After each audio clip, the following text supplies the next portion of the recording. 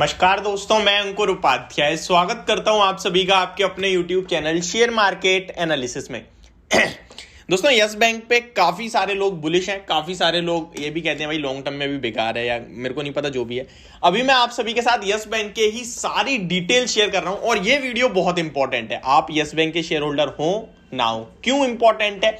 Important इसलिए क्योंकि इस वीडियो के बाद आप सारे बैंकिंग स्टॉक्स को कैसे एनालाइज करना है सीख जाओगे। यानी कि यस बैंक तो एक माध्यम है, लेकिन आपको यहां पे मैं बैंकिंग स्टॉक को एनालाइज करना सिखाने वाला हूं। तो चलिए स्टार्ट करते हैं।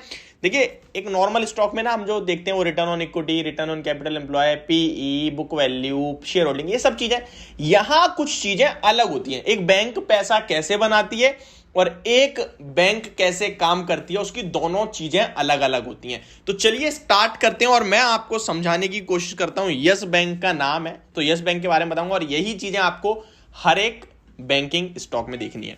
तो यस बैंक का भाव है 21 रुपए 40 पैसे का, 1% ऊपर हुआ है। मैं आपको अपना व्यू दे दूं इस स्टॉक पे। पहले मुझे लगता है स्टॉक दोबारा से अगले 1 से 1.5-2 महीने में हो सकता है एक बार 24 रुपए दिखा दे और नीचे में 17 रुपए दिखा सकता है।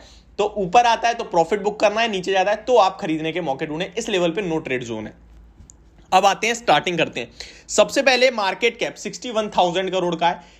कासा रेशो, ये कासा रेशो बहुत इंपॉर्टेंट है एक बैंकिंग में। अब क्या कासा रेशो होता क्या है? शायद मैं सारे जो टॉपिक्स हैं एक बैंकिंग स्टॉक को एनालाइज करने में वो कवर कर भी ना पाऊं इस वीडियो में, लेकिन जितने कर रहा हूं उतने आप ध्यान से समझना। उसके बाद अगर आपकी रिक्वायरमेंट आई तो बाकी के भी समझाऊंगा।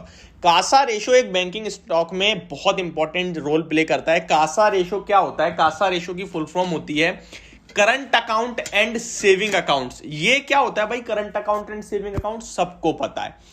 मींस अगर आप एक बैंक है, उसके पास 4 ऐसे अकाउंट हैं जो कि करंट अकाउंट हैं और 6 ऐसे अकाउंट हैं जो कि सेविंग है, तो ये क्या हुआ? 6 अकाउंट पे उसे ब्याज देनी पड़ेगी, करंट अकाउंट पे उसे कोई ब्याज नहीं देनी पड़ती।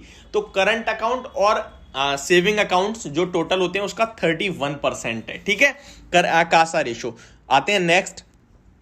कासा रेशो जितना ज्यादा हो उतना ज्यादा अच्छा माना जाता है। कासा रेशो बढ़ाने के लिए बहुत सारी बैंक तो अलग अलग ऑफर भी देती हैं, तो कासा रेशो ज्यादा होना चाहिए। अब मैं आपको एक थोड़ा सा टाइम लेते हुए, थोड़ा सा टाइम, किसी दूसरी बैंक का कासा रेशो बताना चाहूंगा। जैसे कि हमने क्या देखा, यस बैंक का कितना देखा हमने? यस बैंक का हमने देखा 31 हमने यस बैंक का कासा रेशो देखा। अब मैं अगर किसी और बैंक का कासा रेशो देखूं, मान लीजिए मैं कोटक महिंद्रा बैंक का चेक कर लेता हूं। कोटक का कितना दिखता है? कोटक महिंद्रा बैंक, जी हां, कोटक महिंद्रा बैंक का मुझे कासा रेशो दिख रहा है 60.68% का। वाह! और वो 30% पे है। तो ये होता है मेजर डिफरेंस, बढ़िया और थोड़ी सी, चलिए वो तो छोड़ते हैं अभी। तो यस बैंक का कासा रेशो कितना दिख रहा है आपको? 31.12%। होप आपको समझ में आ गया। नेक्स्ट चीज जो होती है वो होती है नेट इंटरेस्ट इनकम, NII। इसको बाद में डिस्कस करूंगा। पहले आते हैं CAR, कैपिटल एडुकेसी रेशो। ये जितना ज्यादा होगा ना बैंक के पास कैपिटल एडुकेसी रेशो यानी CAR, यस बैंक के केस में यस बैंक का 17.4 है। हम इसे अच्छा मान सकते हैं। क्यों अच्छा मान सकते हैं? क्योंकि CAR 17, 18, 19 और 2021 हो जाए तो कहने ही कहां है, क्या है भाई। तो 17.4 अच्छा मान सकते हैं। ये आपको हेल्प करता है, आगे के लिए मदद करता है कि यहां पे जो एडवांस ग्रोथ है वो अच्छी हो सकती है। कंपनी के पास मोटा पैसा है, CAR मतलब पैसा, तो पैसा अच्छा खासा है, वो लोगों को आगे बांटने के लिए तैयार है। समझ गए आप? तो CAR भी कंपनी बैंक का ठीक ठाक दिख रहा है 17.4 का। और क्या चीजें देखनी है अब उसके बारे में समझाता हूं मैं आपको। तो एक बैंकिंग में एक सबसे पहला तो होता है नेट NPA यानी नेट नॉन परफॉर्मिंग एसेट्स।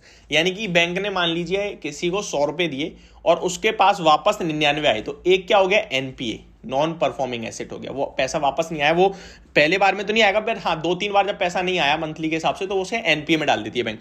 तो ये जितना कम हो, यानी कि बैंक के पास जितना पैसा ज्यादा आ रहा है वो अच्छी बात है। अब फॉर एग्जांपल आप इस बैंक का देखते हैं हम, 1 साल का नेट NPA जो दिख रहा है वो मुझे 4.53% का है और 5 साल का लगभग 3.59% का है। तो ओवरऑल देखा जाए तो ये हिसाब किताब है इस बैंक का कि भाई इसका कासा रेशो नेट NPA जो यानी बैंक 100 रुपए दे रही है, वापस लगभग एक साल की बात करूं तो 96 रुपीज ला रही है, 95.5 रुपीज ला रही है, 4.5% गायब हो रहा है, यानी 4.5 रुपए नहीं आ रहा है। अब आते हैं नेक्स्ट, NIM। NIM क्या होता है? Net interest margin. Net interest margin means एक बैंक क्या काम करती है? एक बैंक करती है, आप लोगों से पैसा लेती है, ठीक है, डिपॉजिट करा आपने, डिपॉजिट करा, आपको बैंक 4% दे रही है, मैं राउंड फिगर में ले लूँ, मैं 5% ले लूँ राउंड फिगर में, यानी 5% आपको पैसा वापस कर रही है। उसी पैसे को बैंक लोन पे दे रही है। सारा पैसा नहीं दे सकती बैंक लोन पे। मान लीजिए अगर उसके पास 1 लाख रुपए है तो आरबीआई कहता है कि भाई कम से कम 20,000 रुपए तो मेरे पास जमा करने पड़ेंगे तुझे, बचे हुए 80,000 तू लोन पे उठा दे, तो वो 80,000 ही उठाएगा, यानी कि ब्याज तो वो पूरे 1 लाख पे 5,000 देगा आपको, लेकिन लोन पे वो 80,000 उठा सकता है। उस 80,000 पे लेकिन वो ब्याज कितनी लेगा जब लोन पे देगा? तो उस पे वहां वो 12% का ले लेगा। तो अब 12% का वो ब्याज लेगा, तो टोटल 5% दे रहा है, 12% में से 5% को वो माइनस करेगा, लेकिन ब्याज वो 80,000 पे ले रहा है, तो उस हिसाब से आएगी। तो वहां पे जो मेन पैसा बचता है, यानी आप लोगों को देने के बाद जो पैसा बचता है उसको कहते हैं NIM। और तो NIM जितने ज्यादा हो उतना अच्छा है, सिंपल सी बात है। नेट इंटरेस्ट मार्जिन, इस बैंक की बात करें तो 5 साल में इसका 2.76% का है और 1 साल का 2.32% का है, जो कि मुझे लगता है बहुत कम है। 4-5% होना चाहिए, 4% के लगभग होता है NIM नॉर्मल मेरे हिसाब से। CAR मैं आपको बता ही चुका हूं। कॉस्ट ऑफ लाइबिलिटीज, ये बहुत इंपॉर्टेंट चीज है। कॉस्ट ऑफ लाइबिलिटीज की बात करें तो यहां बैंक का कॉस्ट ऑफ लाइबिलिटीज आ रहा है 4.65%। ये क्या है भैया? ये होता है, सिंपल सी लैंग्वेज में बताऊं तो बैंक कासा रेशो, हमने क्या पढ़ा? Current account, saving account. अब करंट अकाउंट को तो कोई पैसा देना नहीं है, लेकिन सेविंग अकाउंट वालों को देना है। ये सब जोड़ देंगे तो बैंक का देखा जाएगा कि ओवरऑल जो पैसा बैंक दे रही है वो 4.65% की ब्याज दे रही है सारे अकाउंट्स पे मिला के। यानी कि कोई हो सकता है इन पे FD उसमें ज्यादा दे रहे हैं, कोई सेविंग उस पे कम दे रहे हैं, कोई करंट उस पे दे नहीं रहे, लेकिन एवरेज जो ये लोग दे रहे हैं वो है 6.45%।